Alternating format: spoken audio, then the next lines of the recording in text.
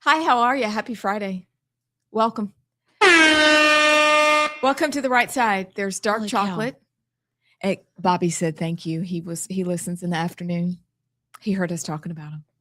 No, thank you, Bobby. Thank you, Bobby. He'll be back in 2 weeks.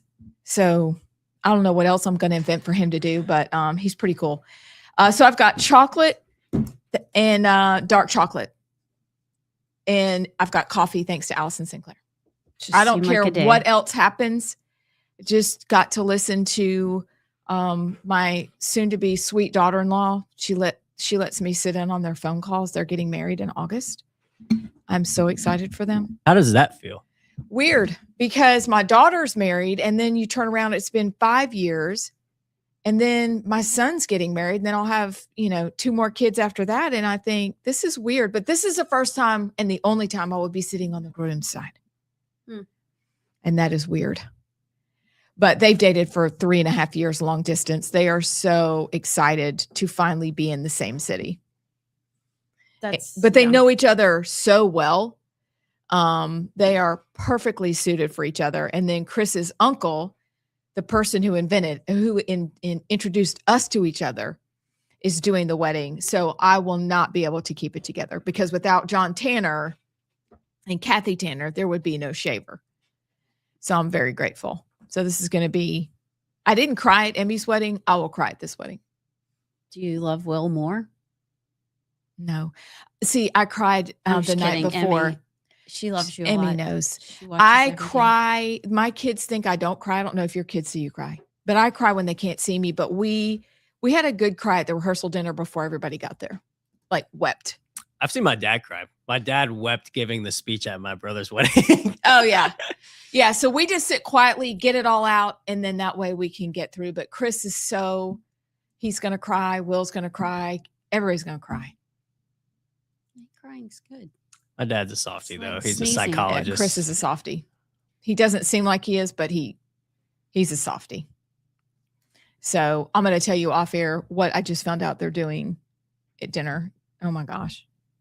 Anywho, sorry, it's been a wedding morning. They got in last night. This is all. We're wedding. We're wedding-ish. Guys, it's Friday. Thank the Lord. Okay. It's officially summer, which I've never understood why. I know it's the phases of the moon, whatever. Now? June 21st was the official start of summer, which is ridiculous. So you're telling me the first 3 weeks of June was spring still? Yes, sir. That's just not. Every year, it's not till the end of June. It's not correct. Not right. Every year, it's wrong. Every year, it's completely wrong. So we're in summer, and traffic's lighter, but we're no less delighted that it's Friday. Could y'all agree that it's really good that it's finally Friday?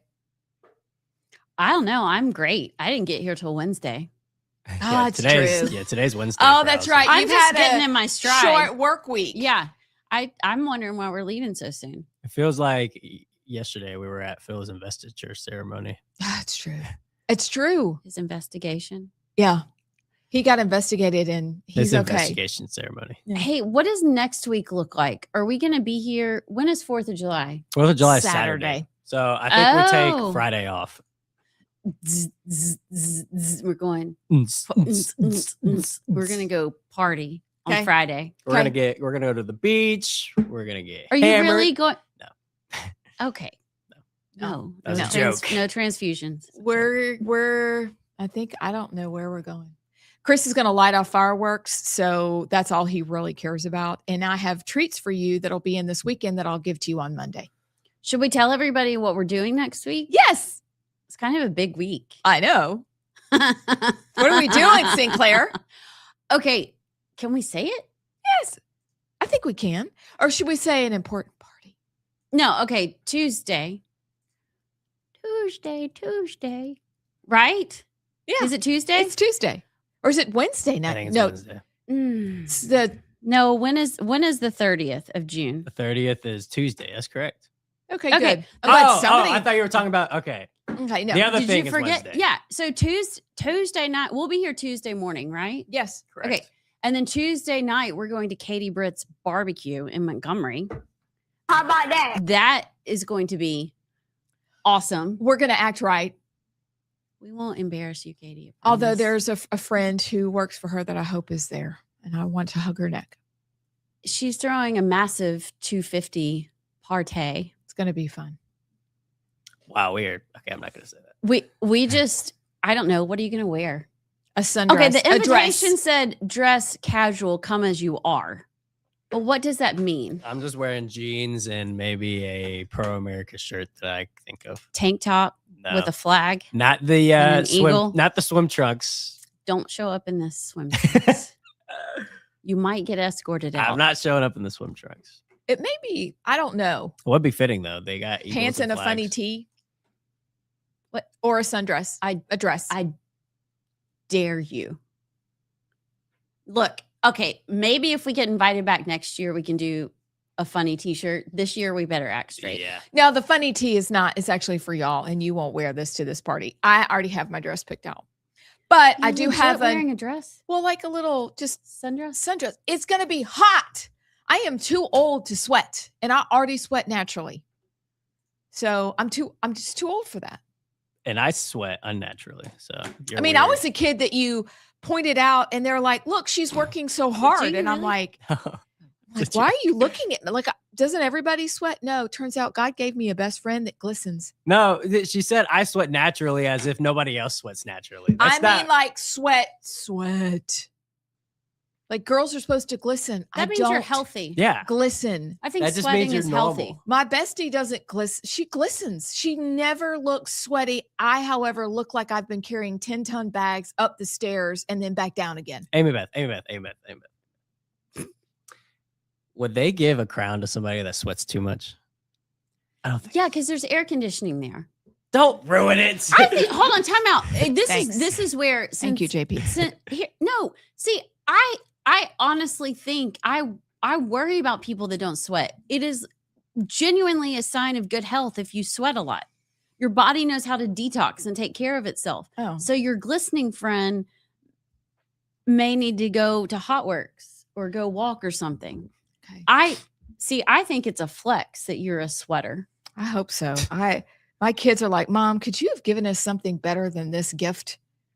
The gift of sweating. The gift of sweat. Yeah, it's not great for your outfit. I mean, but even think- my husband has to really work out hard before he sweats. I'm like, All right, "Why Chris, no, I'm you a need to sweater. go. Chris needs to go to Hot Works. Yeah, he does. Actually, I bet his poor arthritic hips would feel better if he did. So I can take a guess for free. So Tuesday okay. night, we're doing that. We are doing that. I don't know if Katie and Wesley are a ton of fun. Wesley's never met really Katie. funny. And Katie is actually very, she's like a little Energizer bunny. I bet it'll be a fun party. And then Wednesday night, we're going to the Al Gop Crawfish Boil here in Birmingham, celebrating 250. That'll be fun. Now, we're all going to be on the spot. We're going to have to make a decision right now. Are we going to be here Wednesday morning? what if we just did an 11 to 12 show that day? You know what? She's in wedding mode. I'm game for whatever y'all want to do. I'll do anything. I get up at 5 a.m. It doesn't matter how late I'm out the night before. So I'm up for whatever you want. Or we could just, okay. I mean, We we've gone. could zoom in from home and do a show in our pajamas. I don't wear JP's pajamas. panicking. I wear clothes all the time. Well, I have okay. no PJs. We went to Montgomery after the show that one time for the Yellowhammer thing and did a show the next morning. No, we're not quitters. We're not. But wimps. I'll do whatever. I mean, Okay. I'm game for whatever. But we're not live streaming or doing anything from Al Gop. We're just going to go and we're going to Mhm. hang out, take some video, do some fun things. Yes. Put out some content. Y'all should meet us there. Everybody that's And then listening. on Thursday, it'll be fun. There's a band. They're going to wear the shirts that I'm going to give them. What are the shirts? They're cute. They're from Moonshot. Are they? And they're all 250 about shirts? America 250 shirts, but one of them looks like God himself made the shirt for you. Does it say "Calm down, Karen"? Nope. Does it What's your say, other favorite word? You're aggressively helpful. What's your other favorite word? Balls. Besides balls, you've got a lot of favorite words, clearly. So Not Karen. Loser. it has the word loser. Get in, losers. We're going shopping. Or it says, get in, losers. We're crossing the Delaware. Oh, JP's jealous.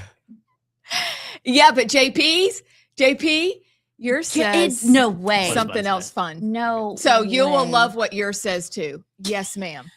I saw these 2 months ago, but I only ordered them 10 days ago. Okay. It's so appropriate because I finished my George Washington Secret Six book last night and it was really good. And I'm convinced we need to start a spy ring. Okay, let's do it. Hop in, you goons.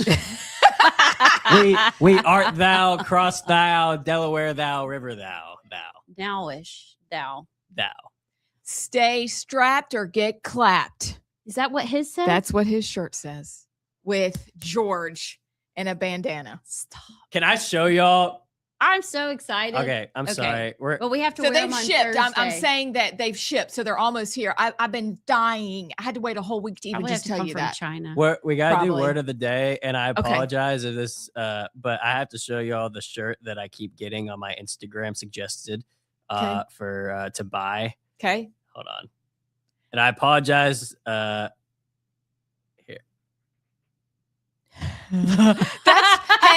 That's from the same company that I bought your shirt That's from. not funny. That's so inappropriate. But I thought that you couldn't wear it on air, so I didn't get it for you. And I also got my husband a funny hat. It's not going to fit his head, but I got it anyway.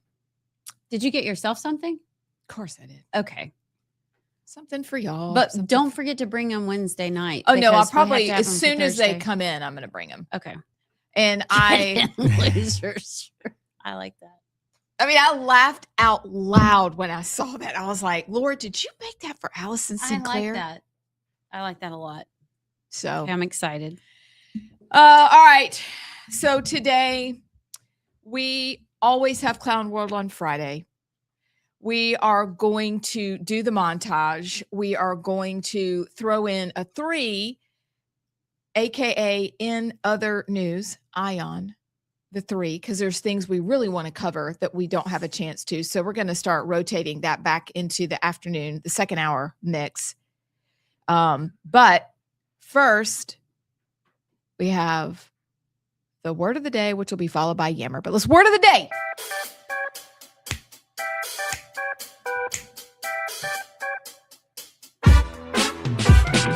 Three, 2, 1. Heisman. That's good. That's really good. I don't know. Okay. This word has to do, it starts with an S. You already No, I didn't see it. Allison! I just saw the little icon where you can play the word, but I didn't see the word. She saw the word. I did not. Brad, you and I both know she saw the word. Hand on the Bible. That's- ain't bet that her Allison. That needs to be a button. It really does. It really does. My eyeballs are closed. All right. It's a formal word that refers to a relationship between two people or groups that work with and depend on each other, like us. Codependent. No, that's not great. Symbiotic. Yes. Oh. Symbiosis or symbiosis. Symbiosis. Symbiosis. Hold on. Let's see what they say. We say symbiosis. Symbiosis. I like symbiosis, but whatever. Symbiosis. The new playground is a result of symbiosis between multiple stakeholders, including residents, donors, and town officials. Use it in a sentence describing us, y'all. The symbiosis of us is off the chains. That's Off it. the hizzle. Off the Yeah. hizzle. That's good. That works. I ship the symbiosis of the My right job side. here is done. Yep. Thank you. Okay. Saturnine was the word I was trying to think of. Oh, I yesterday. love the word Saturnine. Let me write that Saturnine. down. Saturnine. It was used in my George Washington book. He wrote it. One of the spies wrote it in a letter, and back in the 1700s, and it came up, and I knew what it meant because of the word of the day. Don't Didn't have forget, to Google it. everybody, order George's book. And then at the end of July, we're going to do a book club. We don't know how to go live, but we're going to go live, and we're going to just sit here and talk about a book after the show, of course. After the show. Okay. JP, what you got, sir? All right, today's Gen Z phrase of the day is 2 words. This means something that is absolutely hilarious or making you laugh uncontrollably. It's a synonym of LOL. Quote, that video is so funny. It is blank blank. I mean, rolling on the floor laughing's too much. The second word It in this is- is me. Me? It stabbed me. It cooked me. Something me. Jabbed me. Goaded. No, something blanking me. Okay. It's Getting me. serving Serving me. me. Starts with an S. Serving me. So that's a good guess. That's a good guess, but no. It is Close.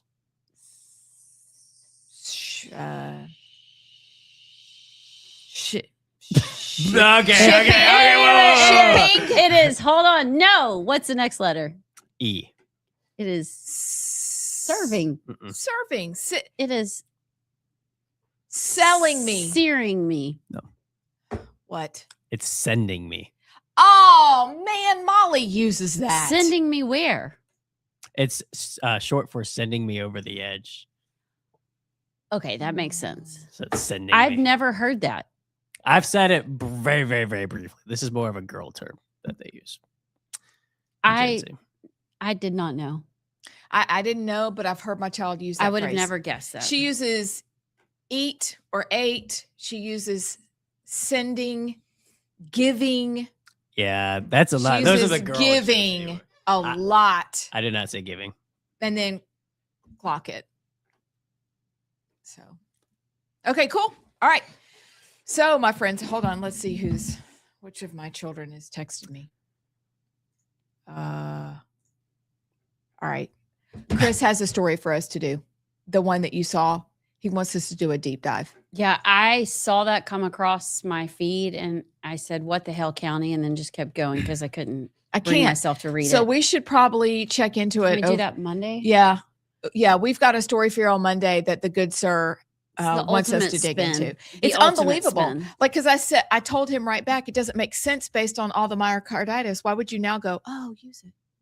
No. But he's on anyway. So we're going to we've got a good story for you on Monday. Okay. That's just, luring you along. Stick with us. Next, friends, we have everybody got their story ready? Yeah. Okay. I need to read It is time for Yammer. Yammer. Okay, we may need to have a word with Yellowhammer Okay. because there's some new verification you got to do to even access the website, and look what it's making me do. That's not love. It's making me do. It's making sure you aren't a commie. Yeah. It's a commie. Yeah, exactly. It's a commie test. Yeah, but it's making me do like Windows X, I choose terminal, Control V, and I'm not doing all Yo, that. I lost my article. All right. Anywho, we Y'all- may have to just pull up the Yammer stories on my phone. Okay. Who's got their story? I got a story, but I don't know where it's from. I just heard it this morning from. Where is it? This is not good. I got a story if y'all don't. Okay, go.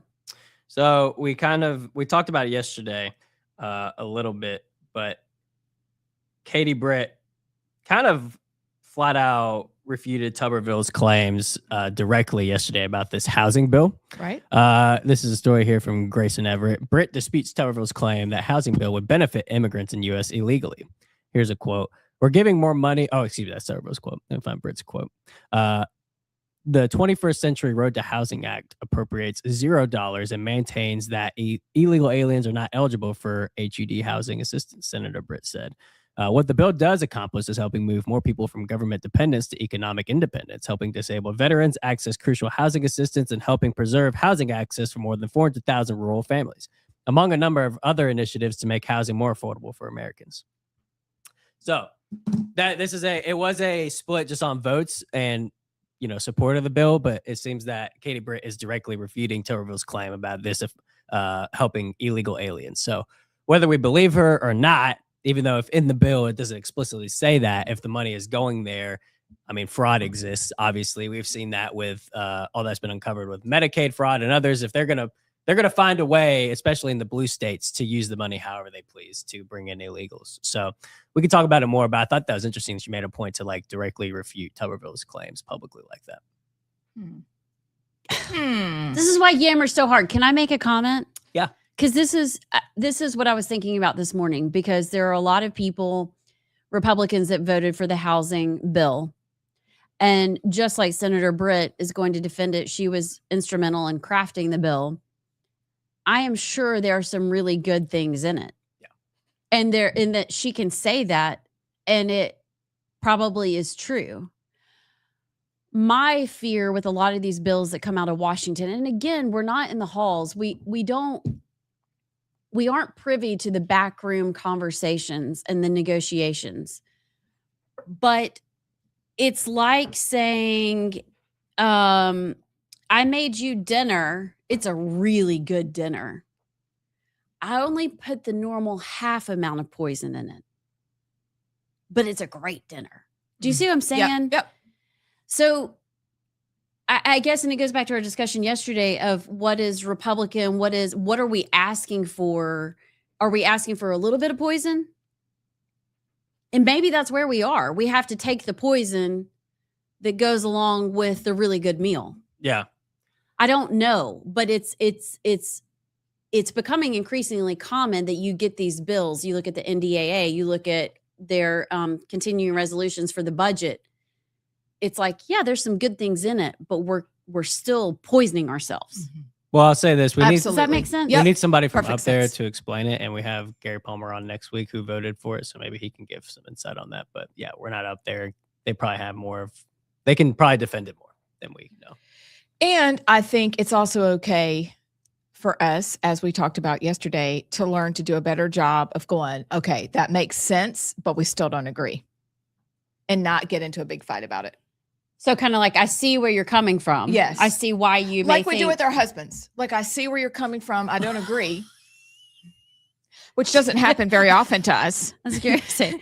But you know what I'm saying? Or yeah. or anybody from your family that completely takes a different tack in an argument or a different side, but you still love them. Like, I'm still going to respect these people, but I totally don't agree. Yeah. And we don't do a good job. So why don't we normalize that right here on the show? So Katie, Senator Britt, genuinely thinks that this would help America and help middle-class Americans. Tommy Tuberville genuinely thinks it won't.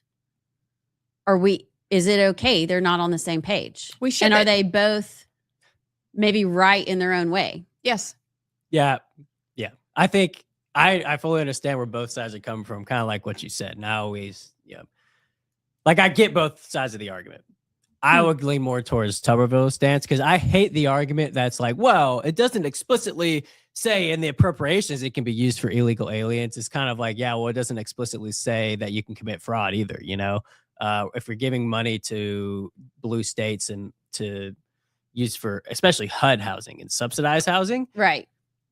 like, it's kind of like what they brought when they flew illegals on planes across the border to come to New York in subsidized housing. Yeah. That's kind of what I think of. So, but I get it. I understand where she's coming from.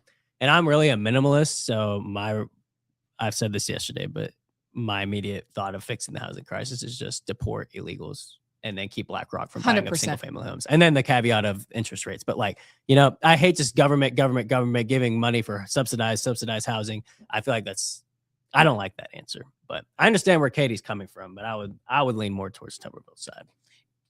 And we can also decide that we are going to really focus on being for the principle of the thing, which makes it much easier to go, I totally disagree, because that doesn't go along with our conservative principles. And again, disagree respectfully. Like, we need to get back to that instead of, well, you must be on their side and that makes you a bad person. Like, we're seeing that in other areas of Alabama's political life. That's what small thinkers do. We're big thinkers. Okay. That may need to be a whole other discussion. So I understand, totally disagree, respect. Yeah. I'm more of a burn it all down. I mean, as I'm reading this book, it's My husband. I don't disagree. I'm genuinely like, burn it all down, besides let's just scrape it all and start over. Mhm. Our government, federal government, even state government is somewhere it was never intended to be. But not everybody's like me. People Well- still think you can rehab the system. I don't think you can. No, I don't think you can either. And I think what we need is more Christians involved in government, and that involves more than just a small handful of people going, we're gonna take it back. We reform it that way, or we burn it down and start it over. But we already operate according to Christian principles. We just don't acknowledge it. So we do need to start over, but it's got to be us. And we can't listen to the people who say y'all shouldn't be involved. That's not true. That's a fatalistic idea. So, But and this can be. Did you just push the brake? Yeah, I'm I can sorry. push I'm it. sorry. No, I mean, this No, is because- good. This is why we can't yammer in 1 minute. But this is a good discussion, and we Yeah. can get to the other Yammer stories after this. But okay. and you even said yesterday Tuberville and Britt do kind of diverge on bills. Sometimes I think this is the first time though Katie made a direct attempt to like refute exactly what Tuberville said. Well, it's because Trump left her hanging. Right. Yeah. But And- I think that even when they've diverged, they haven't like directly conflicted and gone out of their way to conflict with each other. Right. This is the first time where Katie said actually like rebutted what Tuberville said on Fox News. So I just found that interesting. And Tuberville's obviously going to be out of DC soon, and Katie's going to be the senior senator. So that's I just thought that was interesting. I feel like this is the first time I've seen them go out of the way to be like, no, actually, that's not true. So I think the Trump factor plays it. I think she has to feel like she has to defend her position more probably because Yeah. Trump put her on the hook. I think they all do. So much to talk about. This is good stuff, you guys. It is good stuff. It's such a needed conversation. Because even in the state of Alabama, actually, this is what my yammer is about. 1819 is reporting Limestone County Republican attempts challenge against GOP Lieutenant Gubernatorial nominee John Wall's eligibility. A Limestone County man has filed a challenge to the candidacy of John Wall to be the Republican nominee for the state's next lieutenant governor, saying he does not believe Wall has been a resident of the state for the required 7 years. So he says, let's see. Where does it say? It says the Lieutenant Governor John Wall, who's the Republican candidate, by law, it says he has to have 7 years residency, and he doesn't. So it's like we can't run him. It's like the Democrats. If we don't do it and remove him now, we can put in a real candidate.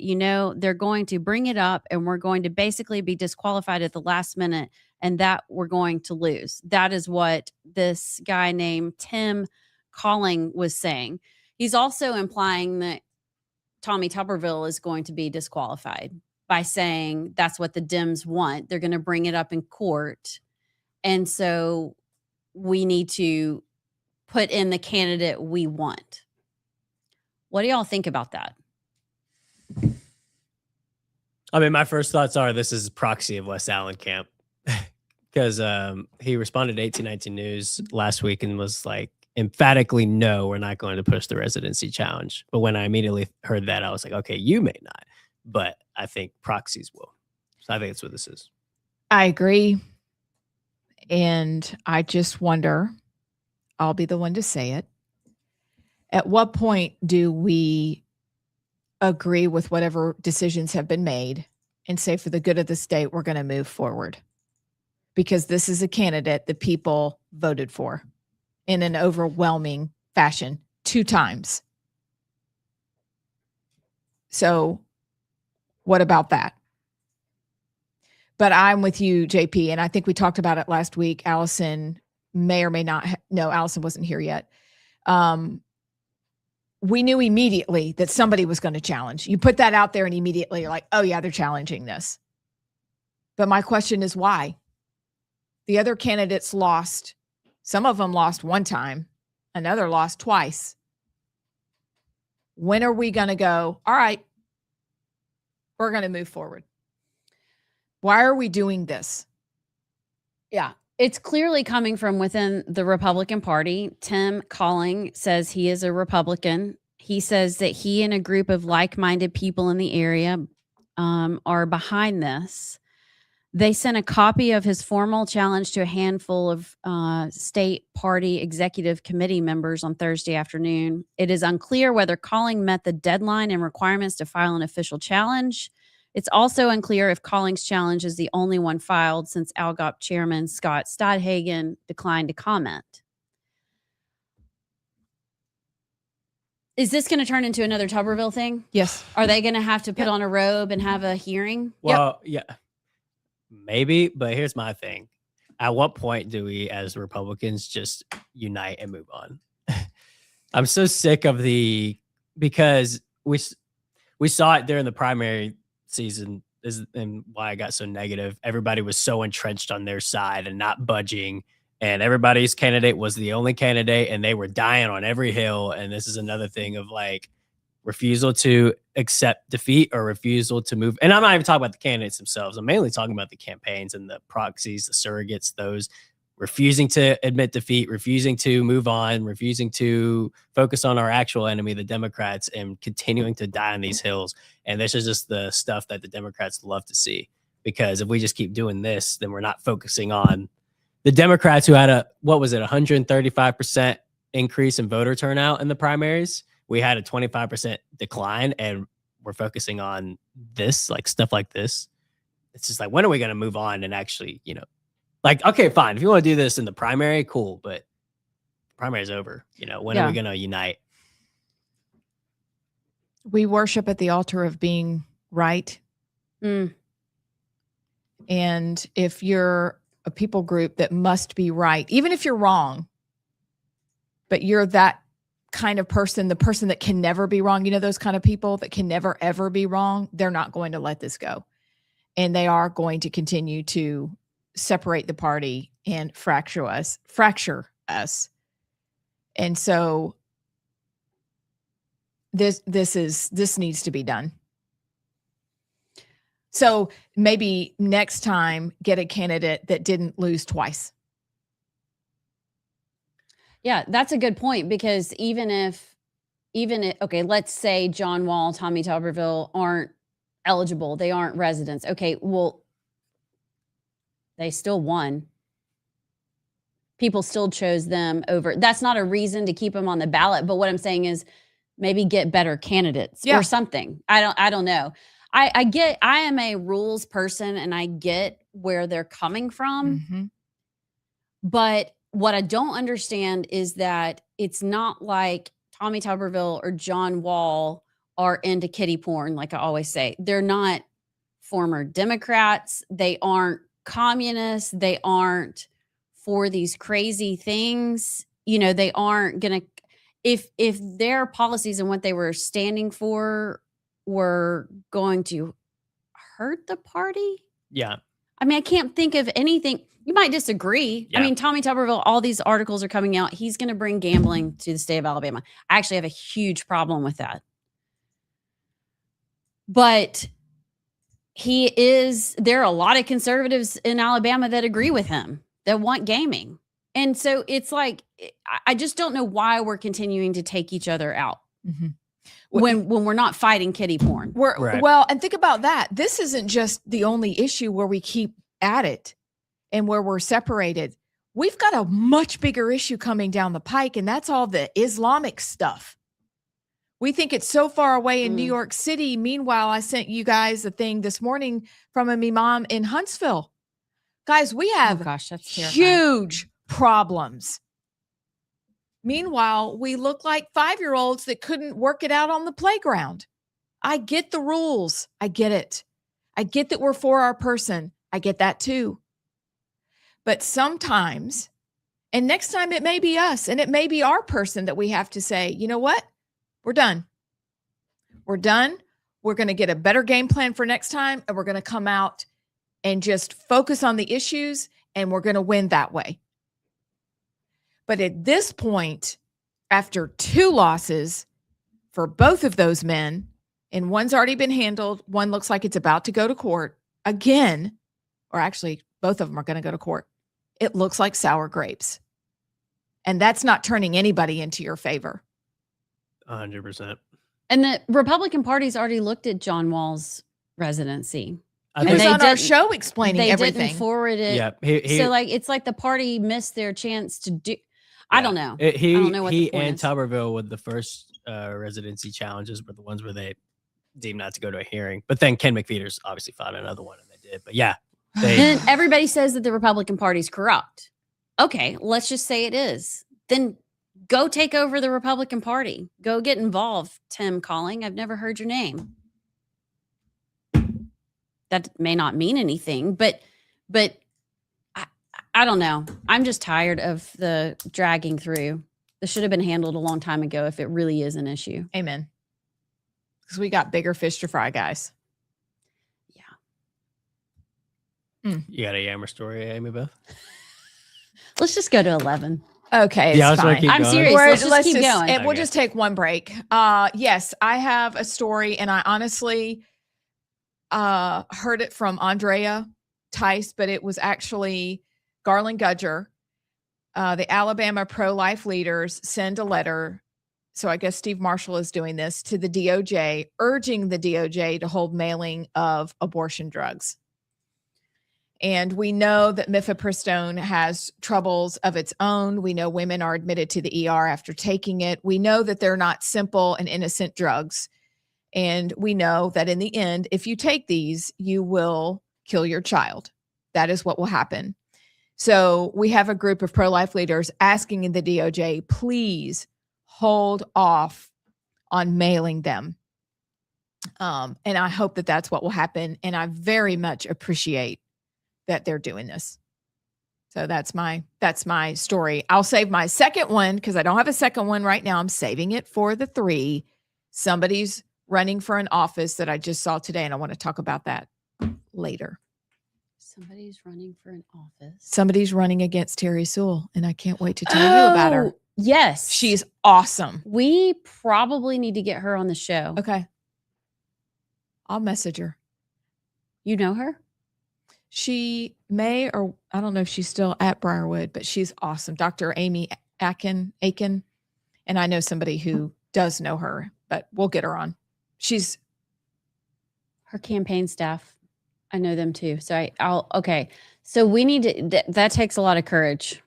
I mean, she's incredible. So we'll talk about that in the 3. Allison. What? I was going to say. Oh, no, we're good. I was just going to, can you imagine? You didn't do anything. I was just laughing. Can you imagine if we drew a 6-1 and Terry Sewell had a fit about it, and then she ended up losing her 6-1 district? Stranger things have happened. I can't wait to talk about that because there's if we're gonna.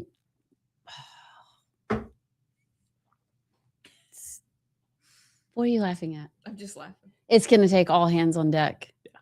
But there's a possibility. But we got to try.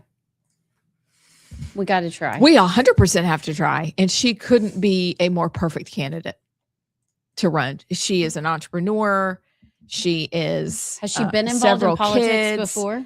I'll share the article. Okay. In the 3 later on. So, okay. So there you go. I don't know what to do with my hands now. This is awkward. What do we do? Do you want to do the montage? Oh, montage. Yeah. Yes. Just act like we're coming back from our break now. Okay. Yeah. Welcome back. Welcome back, everyone. Montage. Black for News.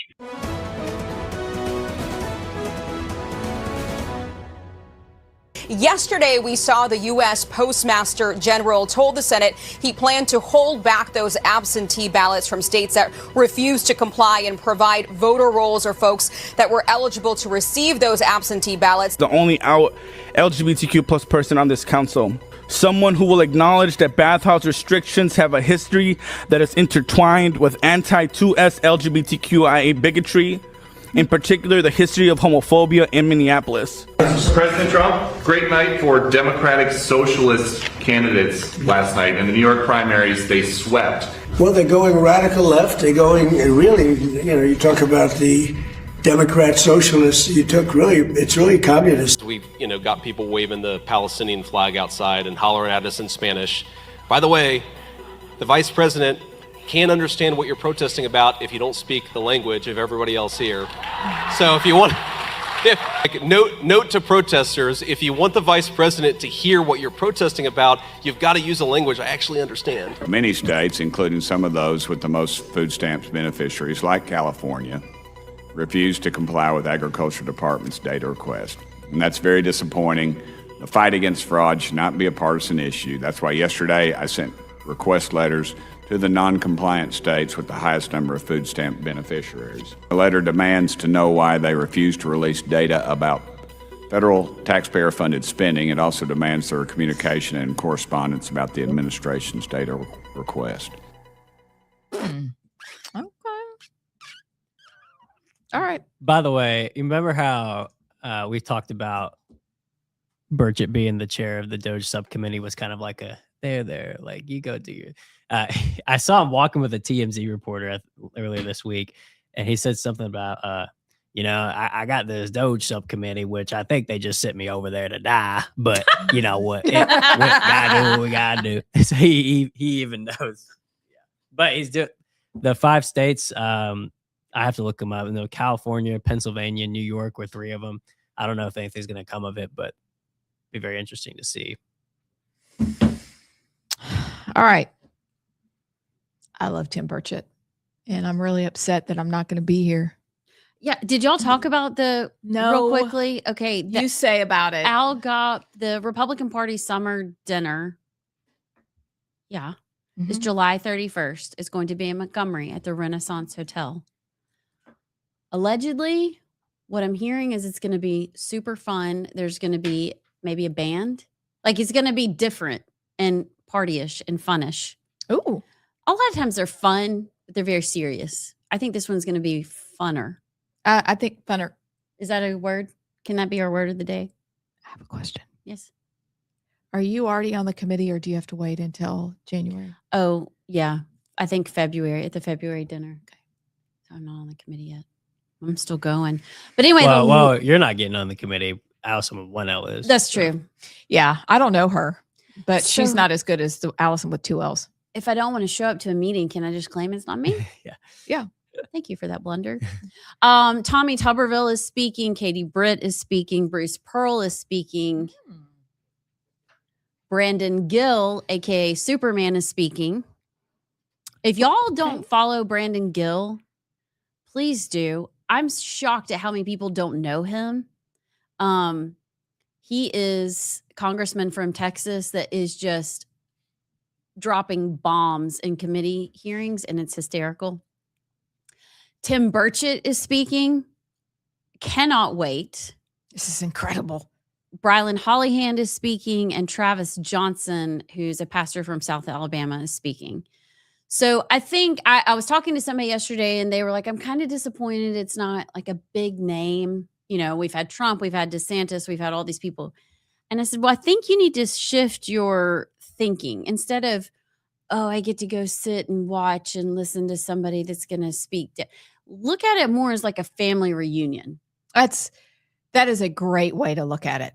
It is a family reunion. You're going to get to talk to people, meet a bunch of different people, have access to all these people. Brandon Gill is getting talks about being a presidential candidate in the next 8 years. So he is an up and coming star. You can always tell, just like they did with JD Vance, you can always tell when they're grooming them. Buy your tickets. You can have a table. You can go to a round table. They're having all these different round tables you can go to with each of the speakers. I don't know. It'll be a lot of fun. Abs will not be here. I'll be marrying off my son. But it's a great reason. You're going to be partying on your own. It's going to be fun. Yeah, are we? Y'all got to go. Are we going? You guys need to go ahead and get crazy? A hotel. Yeah, we didn't spend the night last time. Yeah, that was a mistake. We should have spent the night last time. We drove home so late. That was dumb. I don't know what we were thinking, but we had a blast that day. Yeah, we're going. Duh. Except for y'all are going to have to send me video. Well, I won't be able to see it until late, but send me videos and junk. We're going to carry around a fat head of abs. Please do. Like abs on a popsicle stick. Would you? Wait, what is it? The Flat Stanley, was it that Flat Stanley that traveled around the Yeah, world? I'll be Flat Stanley. That's what we're gonna do. But flat AB. Flat abs Flat abs. Fat Amy. or flabs. Flabs. See? Bobby's like, nah, not if I have anything to do with it. Okay. Uh, 6-pack and abs.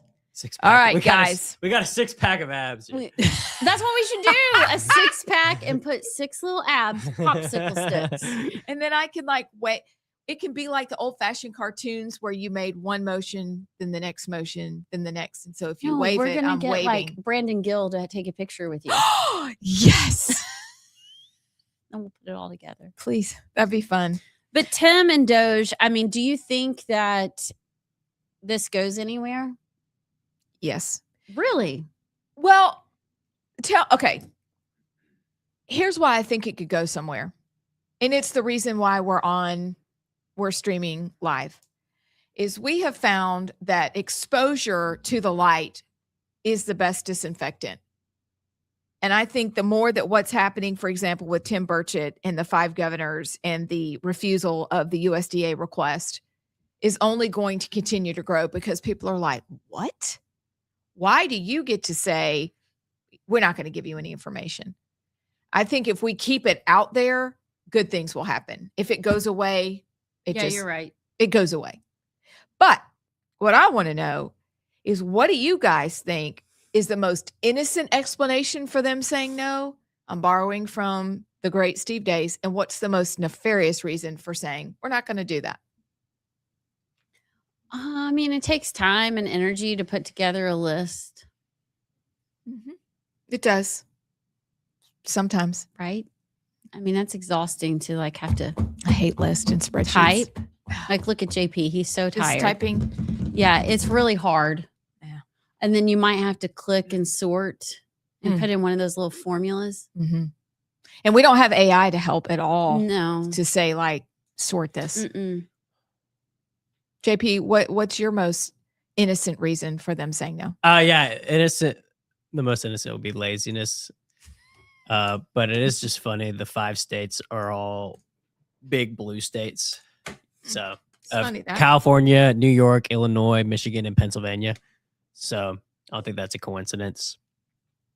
What's Allison Sinclair the most nefarious reason? I mean, it's all going to illegal immigrants and there's no oversight. And then, or it's all going to illegal immigrants and then it's being funneled back into the Democrats' campaigns. I mean, there's probably a long trail there. If you really get a good starting point, I bet it doesn't look good.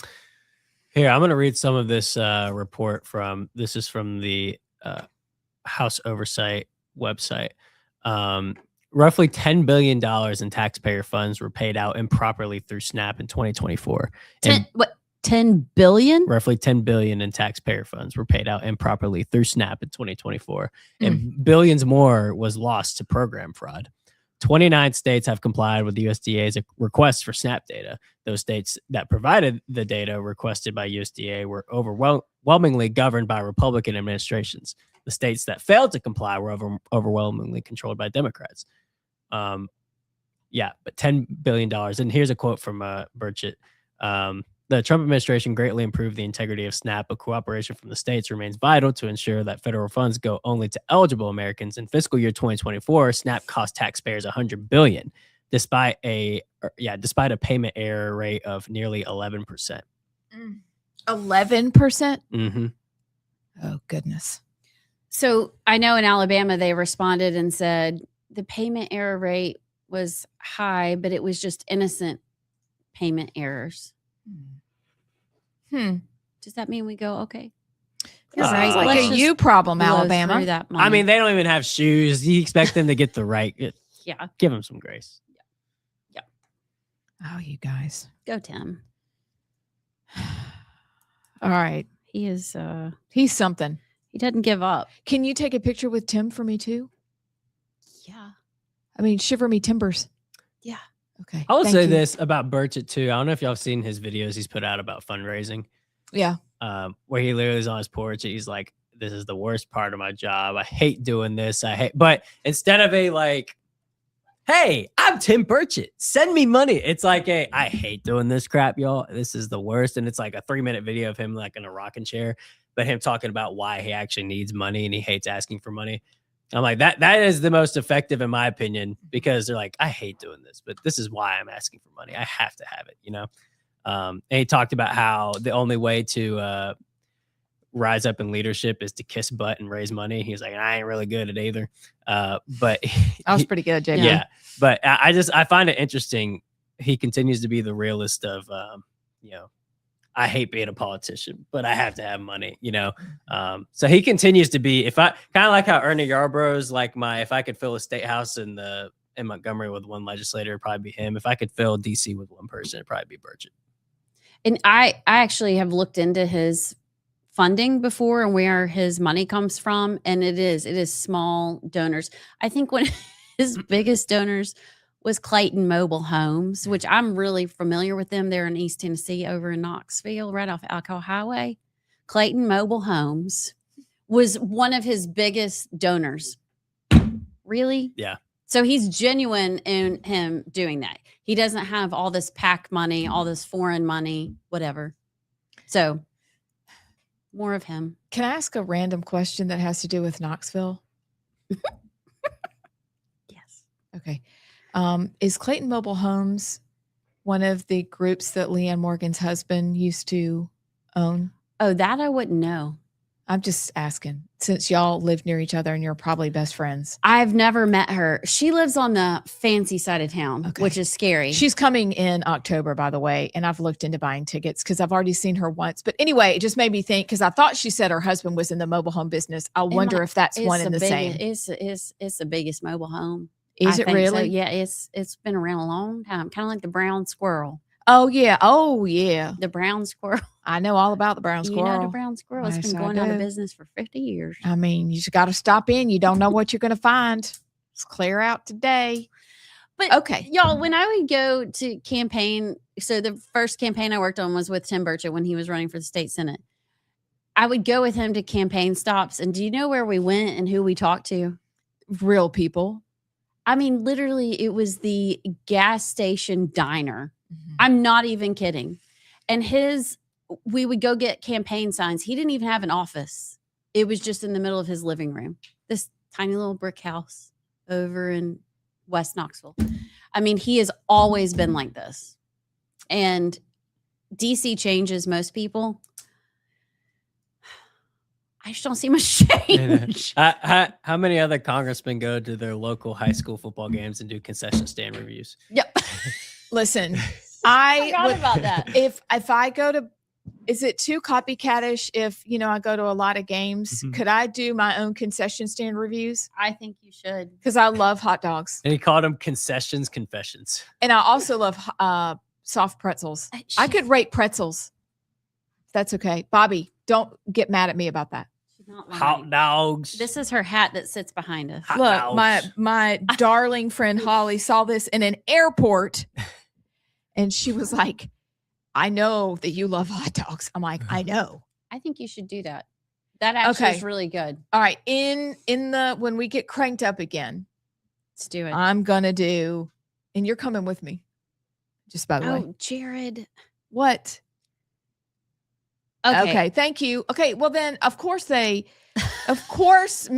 Morgan doesn't own Clayton Mobile Homes anymore, but did they at one time? Did the Morgan family at one time own it in the past? We'll look Riddle into me that. this. But he's in the Mr. mobile Sinclair. home. He's in some kind of business.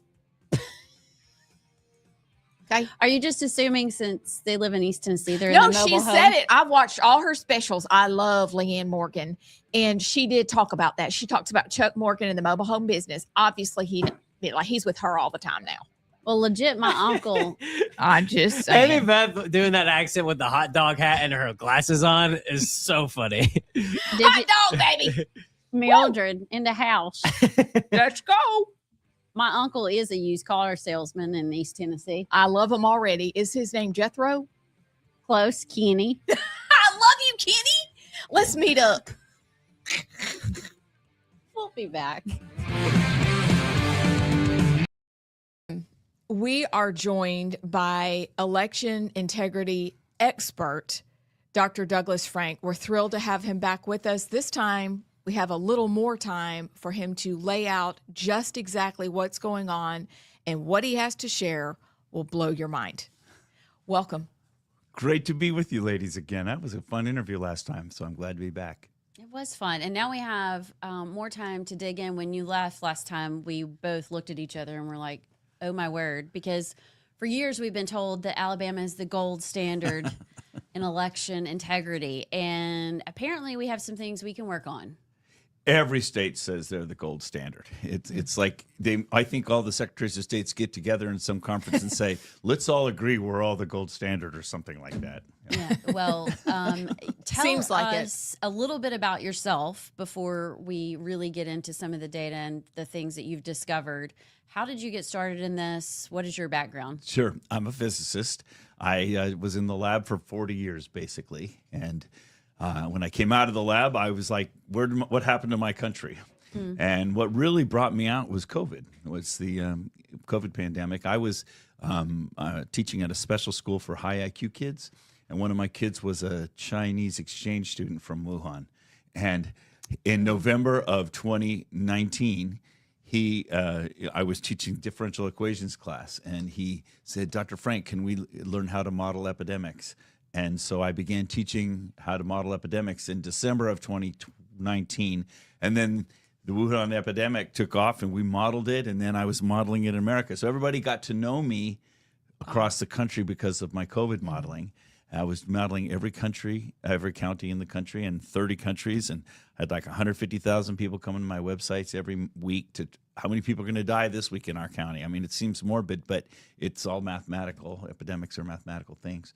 And so that kind of brought me into the public eye. I was in the public eye once before because I was nominated for a Nobel Prize in Chemistry in 1990 for one of my discoveries. I got on the cover of Science and Nature and things like that. So What'd you discover? Yeah.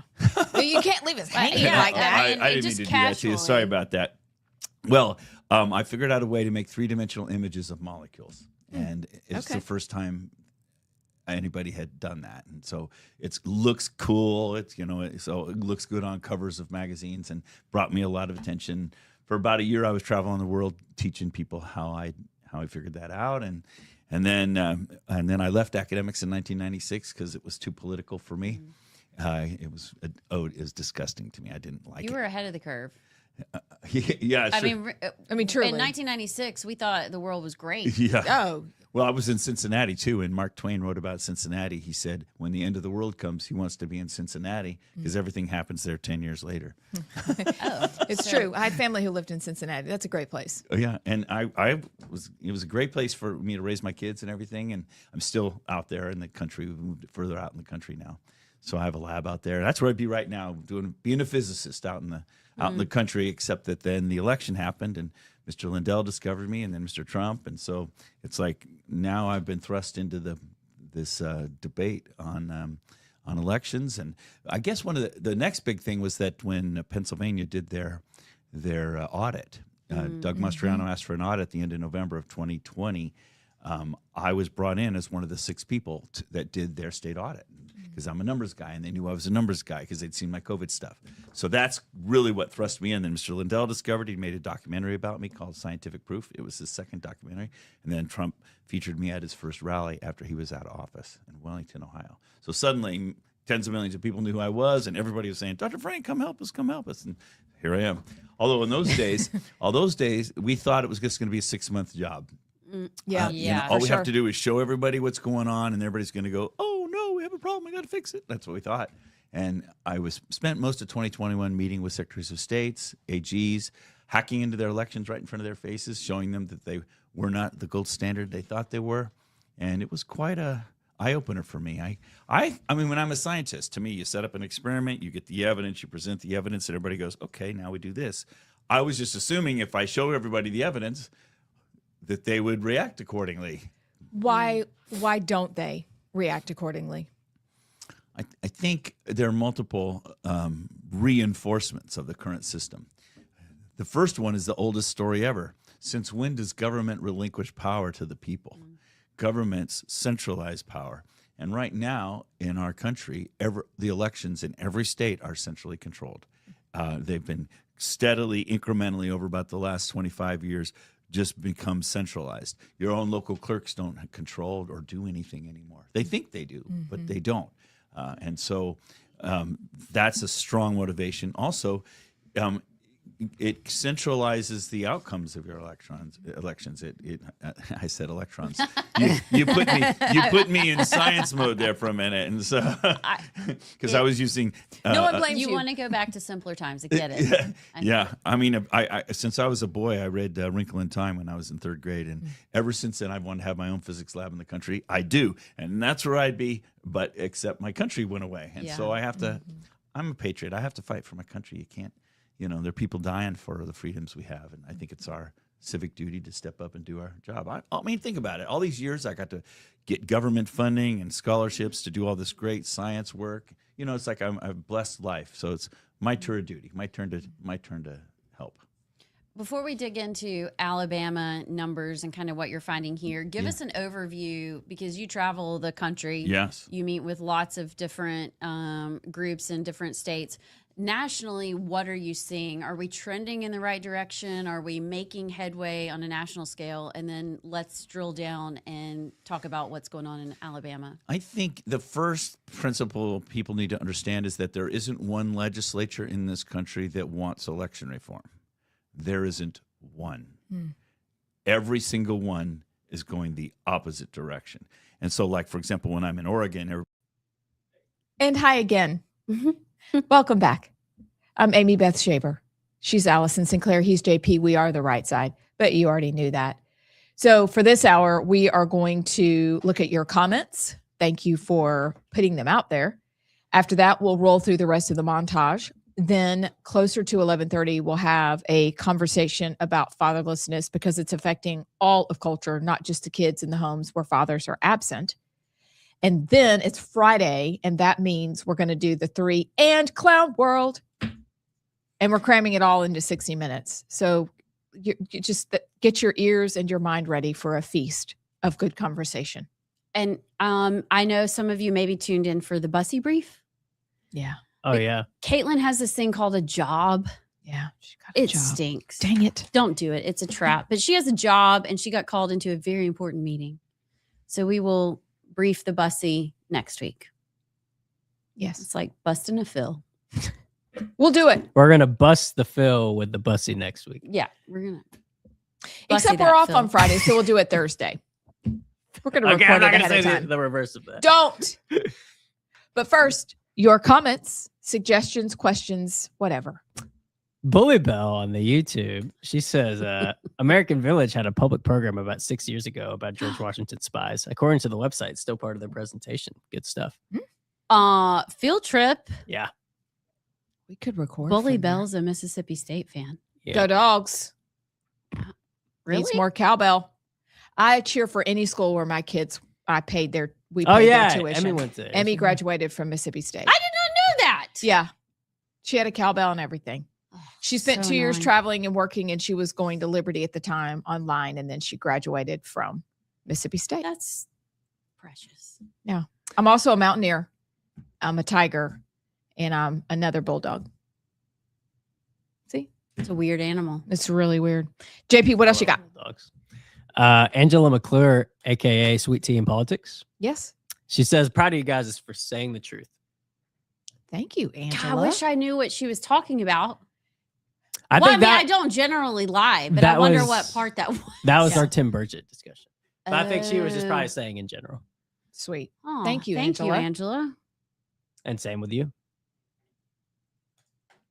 Huh? What? I said talking about her with her Sweet Tea in Politics. Same with her for saying the truth. Oh, yeah. True. Truth. Lots of truth. Chris from Starrett, Alabama. Chris. He says the symbiotic relationship between Yellowhammer and the Ladies of Truth with the JP, now known simply as Rightside or the Rightside, is like the relationship of the Sinita cactus and the Sinita moth.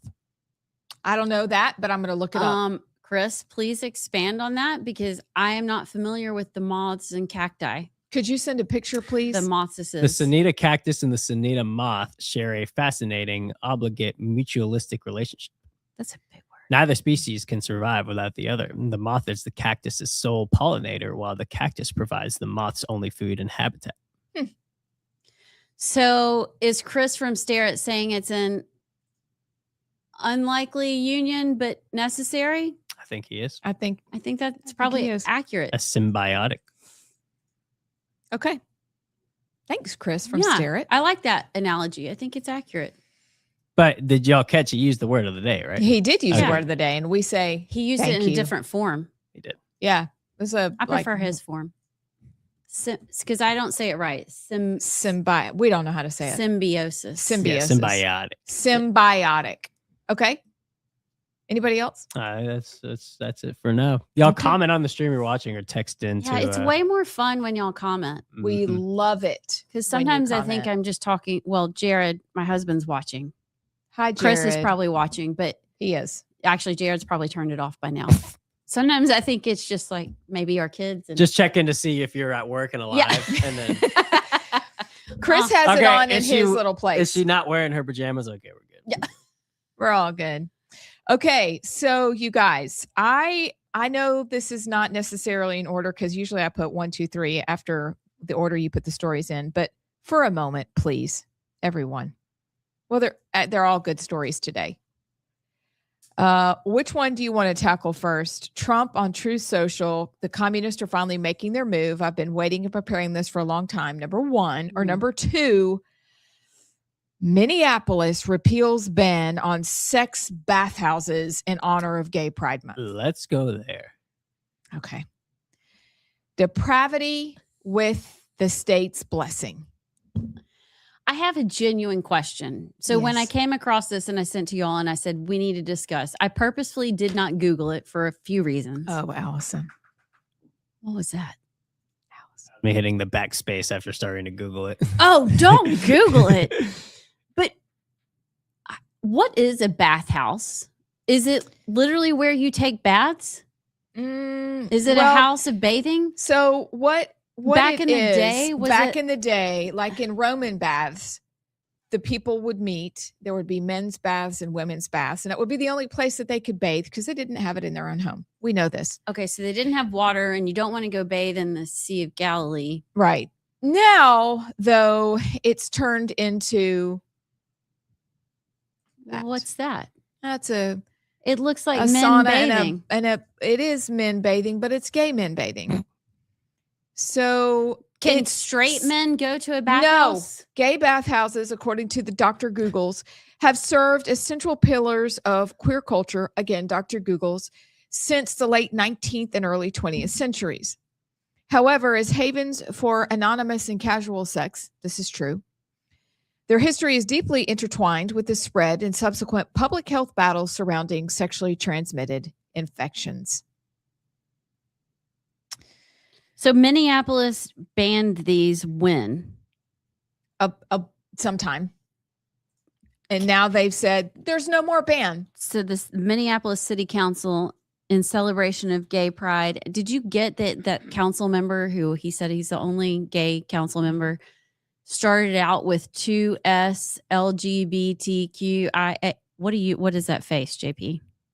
I'm reading about why Minneapolis banned the bathhouses. Okay, why did they ban them and when did they ban them? They banned them in 1988 because of AIDS. Oh. However, the Minneapolis City Council voted to repeal this 38-year ban, formally passing ordinances to allow and regulate adult bathhouses and sex venues in the city. While the ban has been lifted, these establishments cannot open immediately as the city still needs to establish specific licensing and health codes. So this is for Pride. And by the way, to answer your earlier question, as a straight man, I do not want to bathe with other men. I'll just say that. But you do that when you go to the gym. But you're wrapped in a I don't. towel. I don't. I don't know. Listen, bathhouses are like in San Francisco. Bathhouses become a place that's called a super spreader event. Okay. So not just sexually, but for the sexually transmitted infections that will happen there. So it's kind of funny and ironic that Minneapolis is concerned with health codes, with what's going to walk out of there is a bunch of people who've had sex with a bunch of other people and who get sexually transmitted infections. And that's like no code is going to protect you from that. So let me get this straight. To celebrate Pride Month, we're gonna let you guys just have sex in bathhouses and give each other AIDS. Happy Pride. Yep. And let's be honest. We have running water now, so there's really no excuse except that you just want to be I gross. guess is that like their strip club? Yeah, they just want to be gross. Okay. Yeah, that's just where they're going to do that, all blessed and sanctified by the state. And what's funny is that if there were like straight bathhouses, everybody would rightfully be like, what the heck? But if it's gay bathhouses, that's a good like, point. That's basically a brothel. It's like Happy Pride. That's basically a brothel, prostitution. We would never allow that. Yeah. And only in Nevada. I wonder the AIDS spike whenever this is. It's just gross. And it just points to, again, the just grossness around Pride. Because, again, whatever you do is your business, but stop normalizing the grossness. Especially when it's only normalized for you and homosexuality. Yeah. Because it's hypocrisy. Which I don't want it to be normalized for anybody. But it's just hypocrisy to be like, I want to shove what I do in our bedroom in your face. Even when it's gross and it's unnatural. This is just put in a pool. Yeah. Like host your own get a disease party. But as believers, we can't even be for that. But now the government is going to spend their time on regulators and inspectors, and your tax dollars are going to go to making sure that it is all up to code. Got it. That makes sense. These are the sort of stuff that sound like Sodom and Gomorrah. I just can't. Okay. Can we Is the ground cursed in Minnesota? I think Minneapolis in particular. I mean, like, did they Somali flag and yeah? I'm just I mean, God can't bless that. He can't bless that city. Anywho, okay, all right. So, are we putting a pin in that one? Yeah, I think I can't do I anymore. just think we're all sad. Okay, number 2. I was very encouraged when President Trump, after what we would agree is kind of a up and down couple of weeks, the communists are finally making their move. I've been waiting and preparing for this for a long time. That was all over X this morning. What do you think he means by that? Have you guys seen any follow-up? Like I think this is fantastic that he's not afraid of what's happening. And apparently he has a plan. Well, apparently I look for the worst case scenario in almost every situation because of my trauma from my childhood. Okay.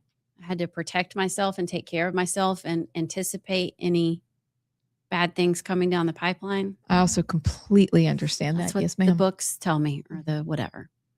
So when I read it, I'm like, what the hell, county? If you knew this was coming, why didn't you stop it before now? Why did it have to be the communists have finally made? They done been making their move since they read the communist goals on that floor of the House in the Capitol chamber. So why now? That was my question. But glass half full, Allison says, that's great. Let's go get them. JP. Meanwhile, never mind. No, you can say it. We listen and we don't judge. Well, I mean, meanwhile, you have Texas and New York and Georgia and all these places. Huntsville, Alabama, there's a story there that are being taken over by the Muslim communists. Are they communists? Yeah. Well, the Muslims are taking over under the guise of socialism and communism. Islamo-communist. Yeah. But now's the time to make the move? I don't know, JP. Did you see what took place in Houston yesterday with the walk down the sidewalk? Yes. Yeah. Let's here. I'm gonna pull it up and just play while we're having this conversation. But I agree, and there's actually a law that bans communists from having or holding any elected office in America. But that's why they call themselves democratic socialists, because if they were correct and just called themselves communists, then they wouldn't be allowed to hold office. But this is Houston, Texas. Go. You gotta go. That's not just a little mark.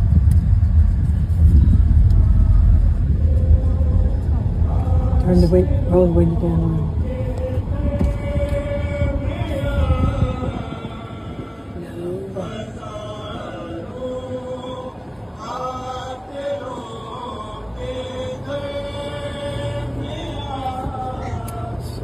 That's just so crazy to me. And like deep red Texas, or not, maybe not deep red, but red Texas. So I don't know what my main what I'm trying to figure out is what the solution is, because Pat Buchanan was very big on this, and he was called an extremist to maintain our culture. Democracy itself is not enough. Democracy, obviously, we need democracy. That's what we are, but that's not enough, because you have places like New York where they just vote in communism and third world immigration, and you can get uprooted from democracy itself. So the question I keep wrestling with is, where's the line of what can we do to help ourselves and stop this communism, socialism, and Muslim? They're all kind of intertwined, because I think democratic socialism and communism is the way the Muslims institute their theocracy, because everything's state run. And then if the state itself is Muslim, then you have instituted your Muslim theocracy. So I don't know why now. Part of me is just kind of like, in New York, and others have to figure it out on their own. But New York is the beacon of America. Like, you lose New York, you talk about a culture defeat. That is a massive culture defeat, is that. So I don't know. All I know George is Washington was sworn in as the first president. Right. It'd be like, it's very symbolic. Right. It's like Portland is like drug haven, but they're kind of like off on the Pacific. But like New York City, that's the, that's what's defeating. But I don't know what the answer is, but I know eventually. And whenever I say democracy not being enough, people think, oh, well, you just want to institute Nazism. It's like, no, but there needs to be some red lines where, democratic socialism or whatever, we're just calling it communism. But it seems to be just like lip service, because it's like, oh, yep, the communists are taking over, the radical leftists are taking over. Now what? What do we do? So for those of us who are believers, we've got to get seriously literate in the word. We need churches who are preaching the truth and remind us of how strong we actually are in God. We're to fear no man. People have to get involved. And then we have to deport people like Mom Donnie, who was not born here. We have to strengthen the laws that do not allow them to run for office. Like, he should not be in office at all. And you're right, there are laws about that, but we've got to enforce the law. We need to continue deporting illegals, but also deport these kinds of people, not just criminal illegals, but we also have to deport people like this who are sworn enemies of everything we are for. And the Democratic Socialist did not sign the pro-America pledge. They've broken with that. And then I found this little dandy here that, remember, historically, Lenin didn't take over Russia overnight. He first took over his party, and that's what's going to happen. He energized young activists. He attacked moderates in his own movement as sellouts. He demanded ideological purity, promised everything, demonized business, divided society into oppressors and oppressed, and insisted the existing system was beyond reform. It had to be fundamentally transformed. And that's what we see happening. And then on the other side, you see what we have going on in Birmingham and their alliance with the Muslim Brotherhood style group. And then you have an imam who is in Huntsville, Alabama, saying you have to be prepared to fight. Meanwhile, we're back, and we say this almost every week ad nauseum. We're so busy being concerned with being nice and not really getting involved and not offending anybody. Meanwhile, they're inside the gate and they're coming for us, and we don't even know what to do, even though we have thousands of years of history to tell us exactly what they will do, and we're acting like they're not serious. Now is the time for us to put away I don't think that John Wall's actually from here.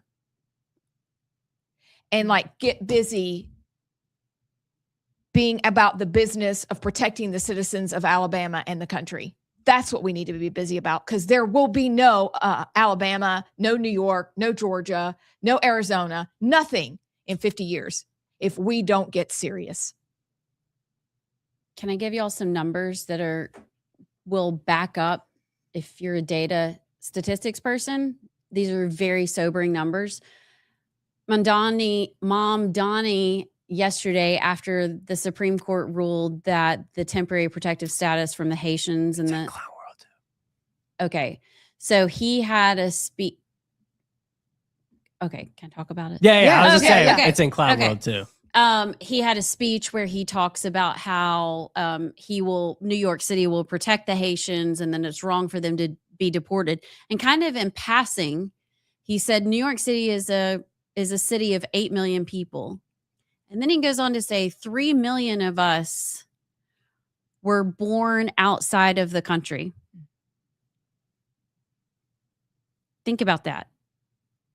3 million New Yorkers were not born in America. Now, let me go to numbers coming out of Georgia. State population growth from 2020. What happened in 2020? COVID. And election stolen. And open borders. Yep.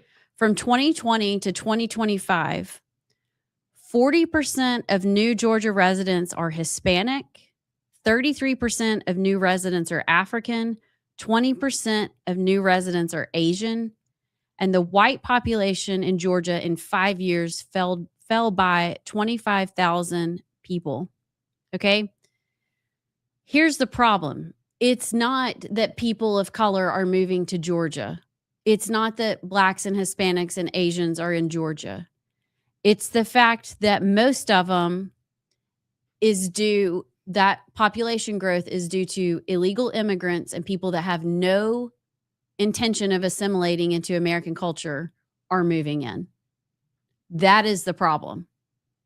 And you think, that's Georgia. Not just New York anymore. Georgia. 3 million New Yorkers were not born in the United States. What's happening in Georgia is the exact same thing. And again, it's not the color of the skin. It's not that. It's the culture and the ideologies and the religions that they are bringing with them. And why do you think Georgia residents are fleeing? People that were born there. Because those societies can't exist together and be functional. And so, leaders, because that is very sobering. Where are you? Houston, Texas, where are you? Why haven't you banned the niqab or hijab? Why haven't you banned that? Why haven't you banned public gatherings of prayer, signaling that you have dominated that community? Where are you? Alabama, where are you selling churches to Islamic centers? What are you doing? Why are you not taking seriously what they've done to Christians for thousands of years? Slaughtering Christians, raping women on church tables. Go read Defenders of the West. What are you doing? Messing around with residency. What the heck are you doing? This is who's coming for us, and it won't matter what we think, because we will all be covered in black and submissive and have to stay home, or we will be killed, because that's the rules and that's the book they follow. They are very secure in their religion, and we can't find ours. What are we doing? You think that's just Georgia and that's not Alabama? We're supposed to be a ruby red buckle of the Bible Belt. Act like it. For the love of all that's good and holy, act like it. How about that? Can we go to break? I don't know what else to say, except this morning, as you sent that video from the imam in Huntsville saying you have to get your family together, you have to get your community together, you have to get our faith base together to be willing to sacrifice their lives for jihad, for Allah. I sat there and went, what else can we do? I feel like maybe we should go stand on a bridge and shoot fireworks and light things on fire and wave our arms.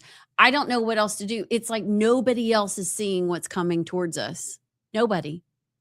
And however many years later after Pat Buchanan, we're still like the weirdo outcasts that are overreacting. Yeah, no. It's a hard pass. We're the ones who can see. Because we're like looking at reality. Yeah, I don't understand it. That's a great question, Sinclair. But what else can we do?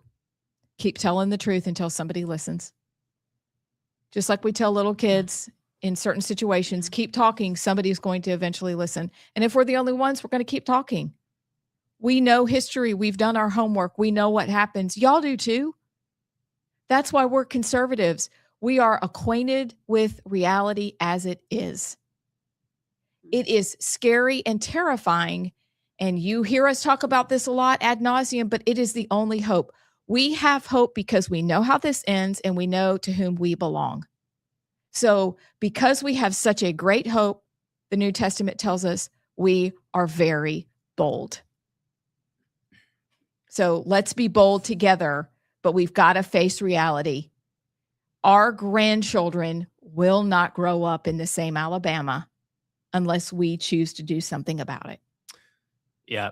And it's kind of like what our pastor talked about last week, Amy Beth, about I gotta go listen to that. the churches. This is the church's fault. We can only blame ourselves. We can blame the leftists and the others, but it's the church's fault for not doing the church's part and allowing degeneracy, not just with Muslim immigration, but with LGBTQism, with transgenderism, with all the degeneracy. It's the church's fault because we've abdicated our duty.